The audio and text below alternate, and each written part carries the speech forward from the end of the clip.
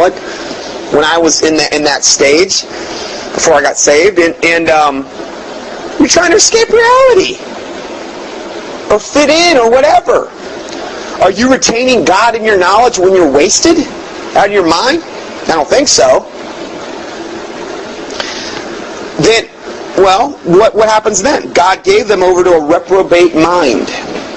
Reprobate. What does reprobate mean? Lost in sin. Now, this is not to be confused with Lost in Space, which was the old sitcom during the 60s, I believe, which was beyond B-rated. Sorry, I just wanted to add that in. I mean, B-rated that show was. I was just talking to Taylor about that the other day. Lost in Space. Warning Will Robinson, warning that one. Anyway, I got off track there, sorry. Warning Will Robinson. No, this is God gave them over to a reprobate mind. Reprobate meaning lost in sin. They're just lost in sin. Now, this is a point where I believe, your conscience has been seared with a hot iron. Now the Spirit speaketh expressly that in the latter times some shall depart from the faith, giving heed to seducing spirits and doctrines of devils, speaking lies and hypocrisy, and having their conscience seared with a hot iron. That's 1 Timothy 4:1. So they're going to give heed to seducing spirits and doctrines of devils. They're going to have their conscience seared with a hot iron. And they're going to speak lies and hypocrisy. So God gave them over to a reprobate mind to do those things which are not convenient. Convenient here meaning proper or righteous type of thing. Okay? Being filled with all unrighteousness, fornication. First thing mentions fornication.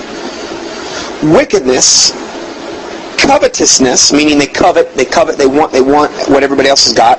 Maliciousness, meaning they're malicious, they're evil, they're wanting to do harm to other people. Full of envy.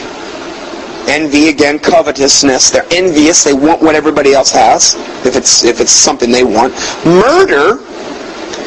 Debate.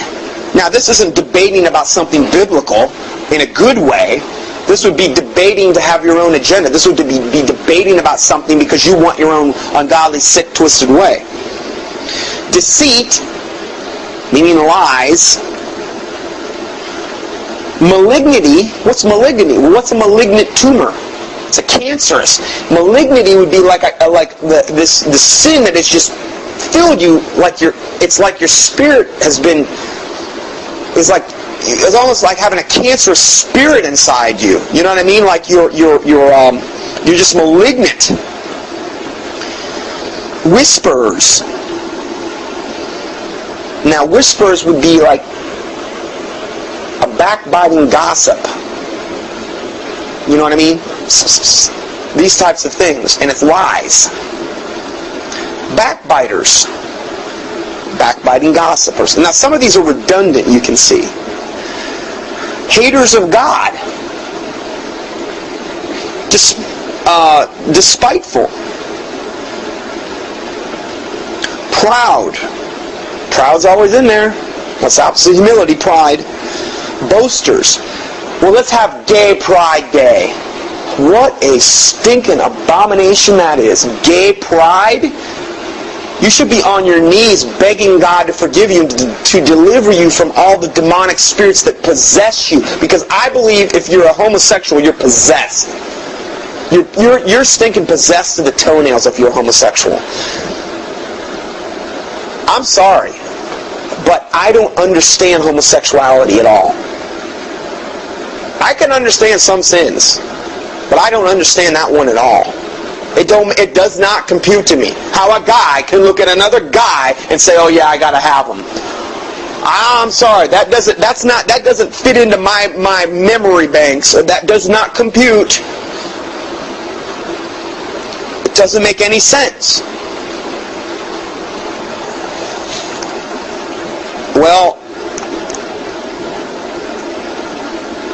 you're taking over. You're taking over at that point. You really are. You've got to be. in order to get that bad and that far away from the Lord. Then it says, inventors of evil things, disobedient to parents. So they invent evil things to you. They seek out. Their feet are quick to run. The Bible talks about that in Proverbs, that their feet are quick to run to sin. Disobedient to parents. Oh! Now, granted, today, most of the time, most parents are wicked just like the kids are. But, you know,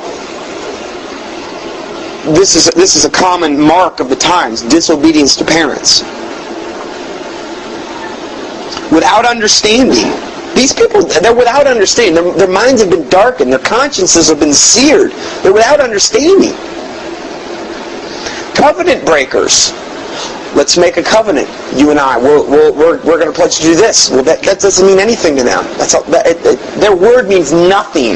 Now, I'm telling you, that really means a lot in today's day and age. Do you know how many times I hear people say, oh, I'll do this, I'll do this. Now, granted, that doesn't mean necessarily they're making a covenant with me, but I'm just talking the earmark of one of the day and ages, the day and age we're living in. One of the earmarks is that people's words means nothing anymore, for the most part. Well, I'll do this, I'll do that. That's why I have an organizer, and I try to write things down. If I say I'm going to do something, I try to write it down and have a list. If I didn't have that list, unless I had some type of photographic freaky memory, I couldn't remember it all. Now, does that mean I don't sometimes forget? No, I'm saying, but there's no effort to even try. You know, I'll email people, and it's just no real response at all. It's as though, I don't exist. And it's like, well, that's nice. Do unto others as you have done unto yourself. Fine. That's the way you want to handle it, fine. Without natural affection. Wow. Without natural affection. I see a whole lot of that. Women going to abortion clinics, killing their babies. I'd say that's without natural affection.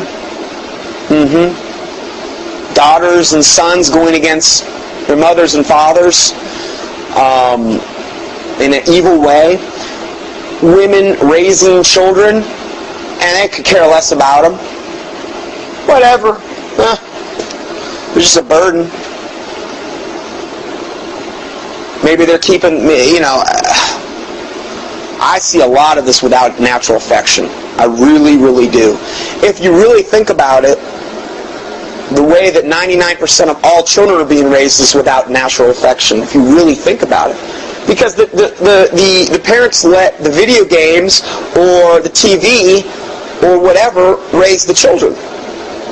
They put them in some ungodly public school, and that's what they're letting raise their children. And they're off making money or doing whatever they want to do. To me, that's without natural affection. If you really love your child, you're going to do whatever you can to protect them from that junk.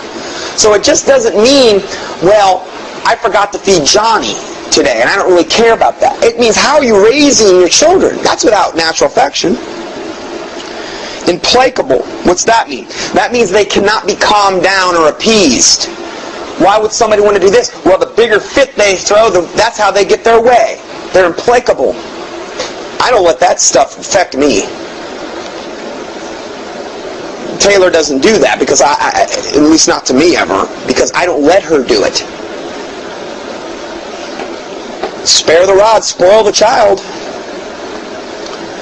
I don't let, if a child throws a gigantic fit, I don't go there. That does not work with me at all. You think you're going to get your way with me if you throw a big... No, the opposite will happen. The opposite.